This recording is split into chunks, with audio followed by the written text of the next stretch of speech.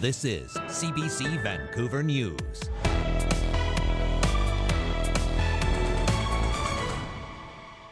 BC's vacancy rate is very low, and our rental rates very high. What can be done to help? We have to build more of all different types of housing stock, and we have to build it a lot faster. I think the community itself is feeling unsafe after 3 years. I don't see this as anything getting better. After a spike, police report a drop in anti-Asian hate incidents in BC. But advocates say the numbers don't show the full story or worry. When people come in once, they never go back. Plus, top of the list, hot off the grill, a Vancouver cafe gets a big endorsement. Good evening, I'm Dan Burritt. Thanks for joining us. We begin tonight with more evidence of Canada's cost of living crisis. Every year, the federal government releases data on the price of rental housing. And once again, the numbers in BC paint a grim picture. The provincial vacancy rate is at 1.3%. As for prices, Justin McElroy joins us now with more on that. Justin, any good news? Not so much, Dan. Every year, like you said, the federal government does this comparison of every major metro region in the country. So it's a good place to see where people stand and where the trend lines are going. And in British Columbia, it is the same story as always. Here you see a whole bunch of cities across the country, from the cheapest to the most expensive. That's Vancouver right at the top, $2,000 for an average two-bedroom place. That's $200 more a month than Toronto. But you can see Victoria number 3 and Kelowna number 4, well above any other city in the country as well. And keep in mind, those prices are an average of everyone renting. That includes lots of people who have held on their places for decades. If you're looking for a place right now, the news has gotten worse in the last year. Take a look at this chart. It's a difference. The yellow line is people who have been in occupied units, and that has gone up, but by a stable rate. But you can see that red line for people looking for vacant units, what that new average yearly price is. It's about a $700 difference. It's 43% more than people who have been in their units for a while. Do the math any way you want. It is extremely hard to get an affordable rental in Metro Vancouver, in Victoria, in Kelowna, pretty much anywhere in British Columbia. We didn't need these numbers to confirm that, but it certainly puts some context around just how difficult it is. So, Justin, the big money question, what can or will governments of various levels try to do to alleviate this pressure?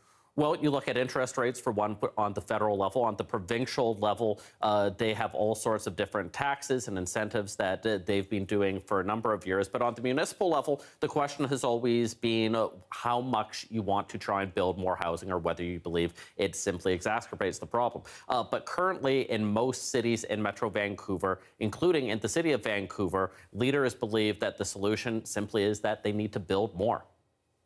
You know, not to oversimplify things, but anyone who tries to fight the supply versus demand curve loses every single time.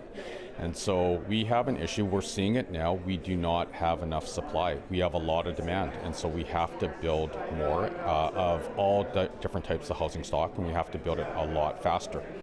But it takes time for those new units to come on board. In the short term, it's been grim in Vancouver for vacancy and rates for prices for a long time. Safe to say it'll probably be a little bit more until we can see any good news. All right, Justin McElroy, thanks very much. Thanks, Dan. The final decision on whether to keep the RCMP in Surrey or transition to a city police force is being delayed. The BC government says it needs more time to make a final decision. That considerable work has gone into developing these plans and reports. However, the Director of Police Services has determined that additional information is required to fully inform consideration of the matter, and has made a request to the parties for that information. Farnworth argues the decision in Surrey will affect policing across the province. The Surrey Board of Trade calls that delay unacceptable, especially with no timeline for an answer. Surrey's mayor argues the province should have already had the information it says it needs to make the call. I'm actually a little bit surprised that the minister needed more information. Certainly the report that was provided by the City of Surrey was fulsome, and I am sure that the information that was presented by the RCMP was fulsome. The Surrey Police Service, meanwhile, echoing the mayor's stance on the holdup, saying it's unfortunate that a matter of such critical importance to that community is being delayed. We're learning more about a former Vancouver elementary principal who is being sued by the school board. The board alleges Trisha Rooney stole thousands of dollars in donations meant for families in need.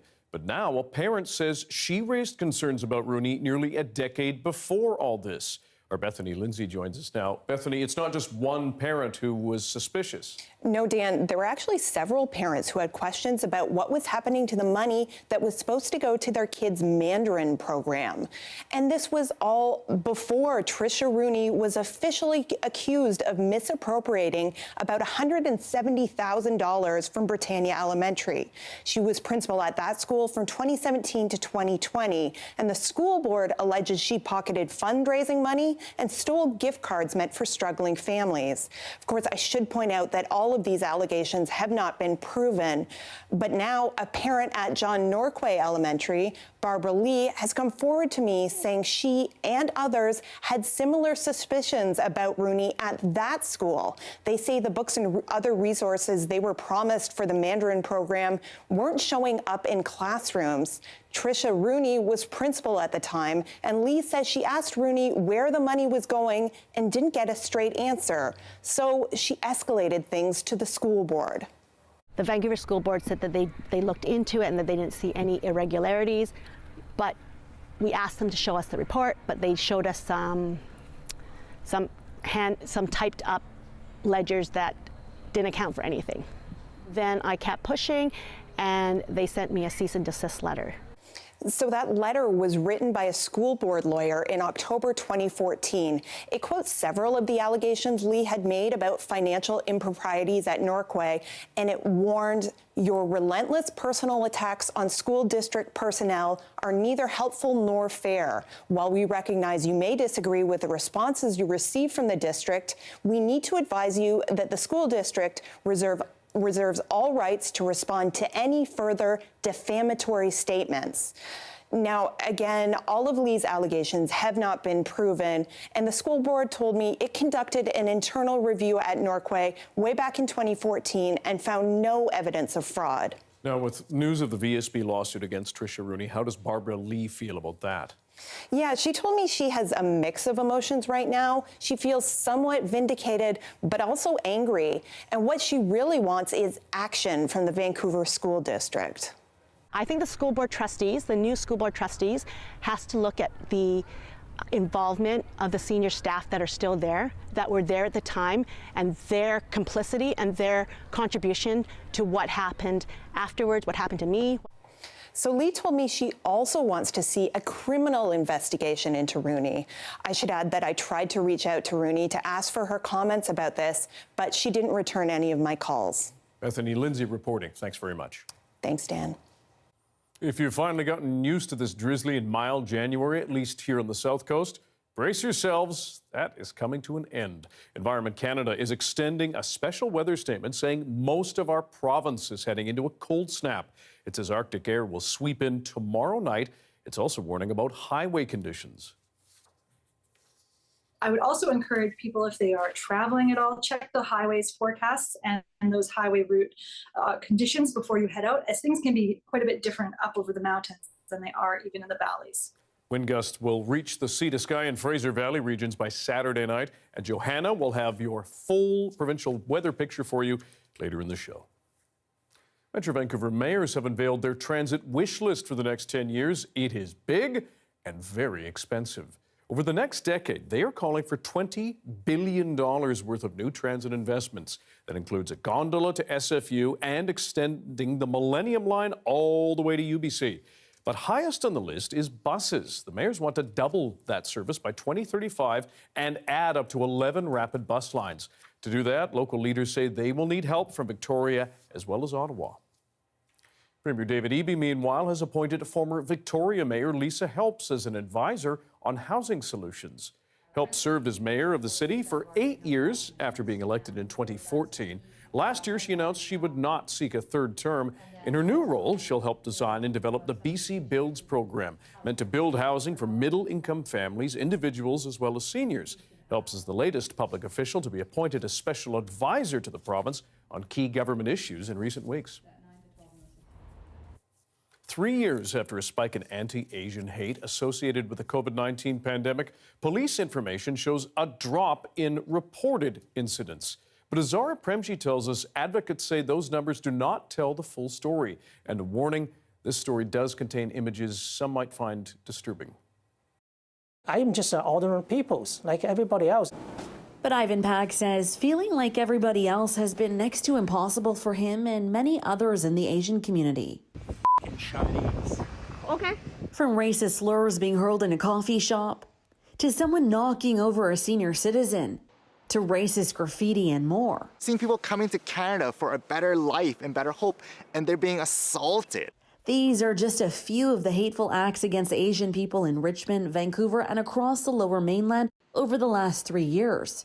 The community itself is feeling unsafe after 3 years, and I don't see this as anything getting better. Richmond RCMP says initial information suggests a significant decline in hate incidents during 2022. While the numbers for 2022 aren't out yet, the number of hate crimes and incidents went from 34 in 2020 to 46 in 2021, with 67% being racially motivated, and 61% of those racial incidents were directed at Asians. Vancouver Police says from March 2020 to December 15, 2022, 204 hate incidents or crimes against Asian people were reported to them. 98 in 2020, 62 in 2021, and 44 in 2022. I take those numbers with caution, right? The reality is people have just given up. The reality is nothing's really been done, right? There's only one city in the province that has a dedicated hate crimes unit when the rest of Canada have dedicated hate crime units. Richmond's mayor agrees numbers reported may not reflect the whole picture. If people just keep it to themselves and they bear the problem that has been caused in the upset, then it's very difficult for us to do anything about it. No fears the hate will spread for generations to come. I'm thinking about my daughter. I want her to be in a society 10, 15 years down the road where she can walk down these streets and not feel and be afraid of being pushed or shouted at. Mayor Brody says more officers have been brought on, and a campaign called Hate Has No Place encourages people to report hate crimes. We will continue to do what we can every day of the year. Advocates encourage witnesses to say something if they see something. And to those who target Asian people for hate, reach out to me, talk to me. I would like to be a friend. Zara Premji, CBC News, Richmond.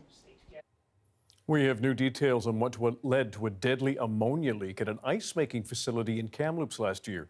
An investigation has found it was a combination of broken communication and changes to staffing over the better part of a decade. One person died and 3 were hospitalized in the leak inside the Arctic Glacier ice building last May. A report by Technical Safety BC finds before workers began to take a refrigeration system apart inside, they mistakenly believed ammonia had been removed. A serious amount of deadly gas rushed out when a valve was opened.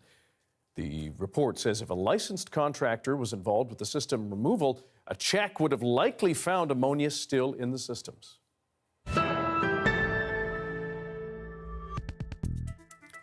A vote to dissolve the society behind the Vancouver Folk Music Festival has been put on hold while it looks at options to save the long-running event. Last week, organizers said the 45-year-old festival will not return this year because of rising production costs and a changing event landscape. But today, the festival's board says several parties have offered possible solutions to fund and support the festival.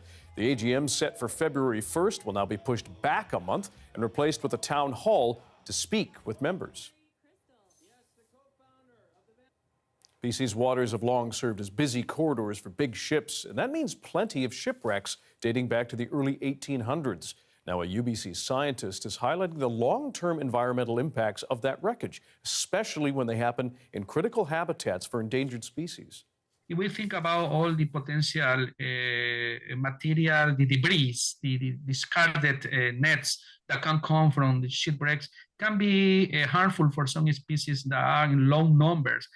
Alava says the ships that sink to the ocean floor can create artificial habitats for certain species, allowing them to hide from predators. But he also warns the wreckages could pose a threat, especially if the vessels are carrying things like oil. It's very difficult to really get rid of all these shipwrecks that are already in the bottom of the ocean. And prevention is better than cure. I think the idea to have specific lanes in maritime lanes area where the ships can use for navigation. Lava is urging stricter passage laws in critical marine areas and limiting oil tankers. A long-running Vancouver cafe is hot on the grill and on a list of the city's best restaurants, all thanks to a glowing endorsement from Yelp, which called it the top place to eat in all of Canada for this year. People really support us, really support. When people come in once, they never go back. Northern Cafe and Grill in South Vancouver clinched the #1 spot on Yelp's list of 100 places to eat. It was determined by user nominations as well as rankings. The diner opened in 1949 to feed the workers in the area, and Jimmy Ma, who you saw just a few moments ago, took over the business with his wife Connie in 2008.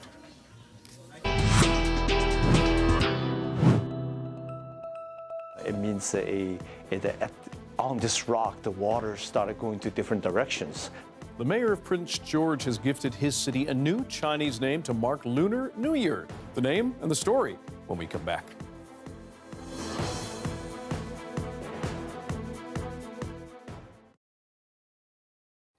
Thanks for joining us on our commercial-free live stream tonight. An Indigenous comedian from Sag King First Nation is bringing laughter and representation to social media. Sherry McKay told CBC Indigenous how her life as a content creator began and what impact she hopes to have on Indigenous youth. Hey everyone, it's Sherry McKay coming to you live from Winterpeg, Man. It's cold out. It is so warm today. I'm wearing my slides, going for a walk in the snow. Watch out, I might even wear a bikini. My name is Sherry McKay and I'm an Indigenous content creator. When I went back to school as an adult, my first year I got like the bubbly personality award. And I was like, oh, I don't think I'm that funny, like, you know. So my grandmother raised me and we moved around a lot. We were on social assistance and it was just me and her. Sometimes I would bounce back and forth from my mom and my grandmother. When they would have a hard time with me, they would kind of take turns looking after me. Throughout my entire life, I went to about 15 schools. I thought it was like kind of relatively normal. But when I think about like my kids went to one school.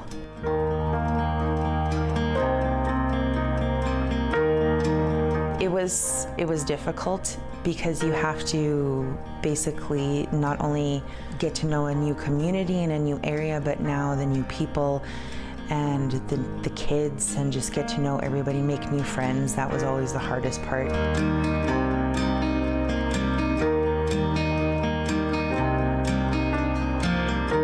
My aspiration was actually to be a police officer and to join law enforcement. The closer I got to it, the more I discovered that that wasn't exactly what I wanted to do. I really found this interesting creative outlet through storytelling and wanting to bring it to the screen and wanting people to hear and watch, more specifically like comedy.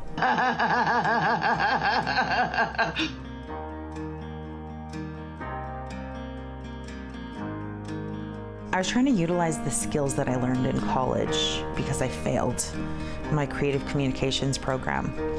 And I was like totally bummed out. In about 5 years, I would like to see myself starring and writing in my own sitcom. And in about 10 years, I would love to have a feature film.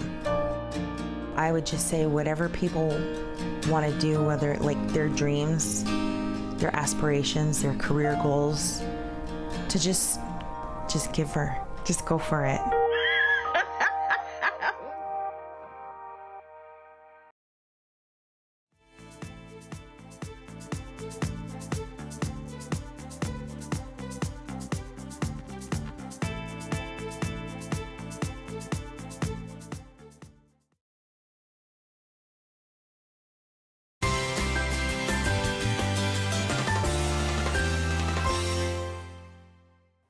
To mark Lunar New Year, the mayor of Prince George is giving his city a special gift, a poetic new Chinese name. Simon Yu is the city's first mayor of color and of Chinese descent. He says he made several considerations when choosing the name.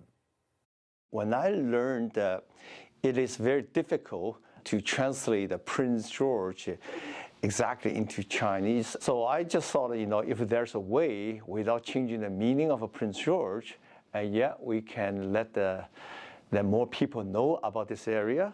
And so I just thought that the unique feature of a summer lake perhaps is the way to go, because it sounds, the direct translation is PG.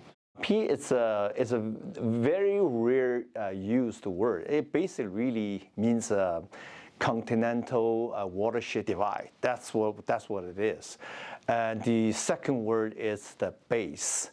Normally it means it's a mountain, it's a foundation.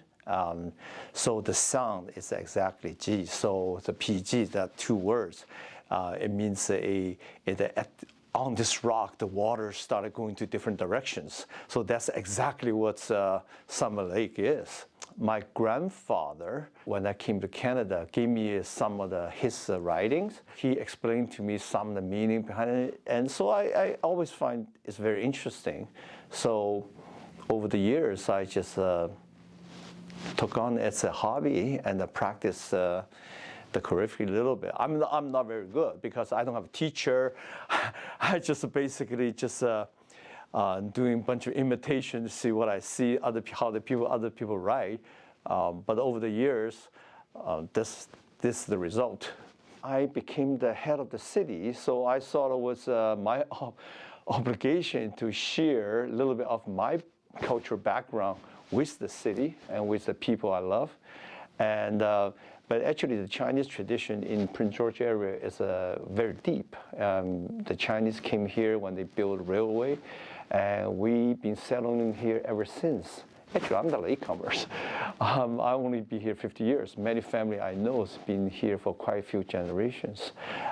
So the tradition of celebrating Chinese New Year, actually, it goes back when the railway came, the Chinese came, the celebration came as well. There is a live shot of a very drizzly Cambie Street in City Hall, but as the drizzle moves out, the cold is coming in. We're due for an Arctic snap in the coming day or so. Johanna will have your BC-wide forecast right after this.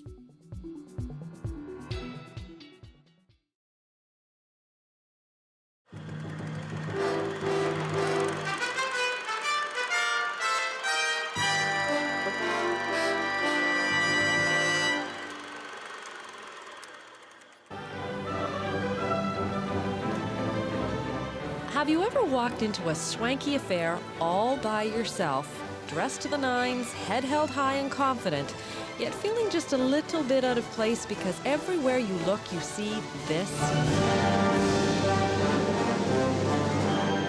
Well, one Vancouver arts group has come up with an alternative. We're just reaching out to singles in the marketplace and saying, we want to make it a comfortable experience for you to come to the Orpheum. Don't be intimidated by, the glitter and glamour. No more will bashful Barbaras or reticent Roberts have to stay home from the Symphony.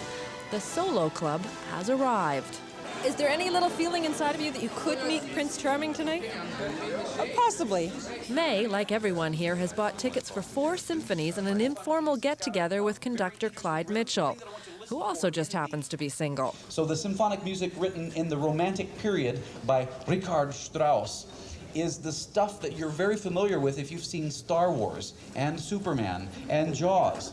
The talk is also an opportunity for everybody to mingle. I didn't come here to stand by myself. There's lots of people, so you kind of make conversation with whoever's standing around, and hopefully you'll meet somebody interesting that way. I saw a lot of people connecting. I saw a lot of people just sort of scouting out and seeing who else would come to the Symphony and who else has joined the Solo Club. Have I seen any connections? I'm not sure. I've been too busy pouring drinks. What do you expect from this club? Not very much, because I'm beyond help as far as anything. Don't you think so? And if I meet somebody, great. If I don't, well, that's... No one seems especially optimistic about meeting their soulmate at the Symphony, but it has happened. We met under the arches over here. I turned around and I saw this vision. and it was it. Gail and I met on October the 5th, and we got married on May the 27th of the following year. And you never know, it could happen again. There's magic in music, and maybe somebody here will strike just the right chord. Deborah Goebel, CBC News, Vancouver.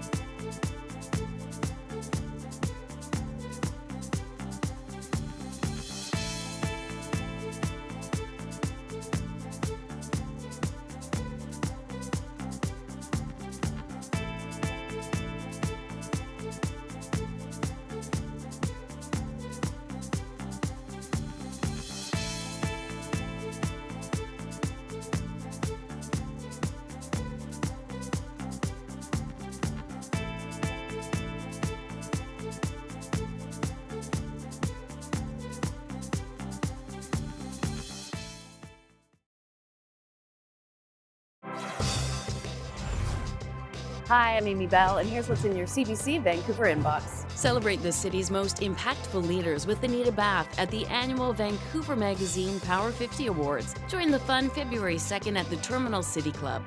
Learn more and get tickets at vanmag.com. And never miss a special programming series, event, or contest. Subscribe to CBC Vancouver's e-newsletter at cbc.ca/Vancouver inbox and keep connected with us. The weather update is brought to you by Direct Buy Furnace, installing the most reliable heating and cooling brand. It's hard to stop a train.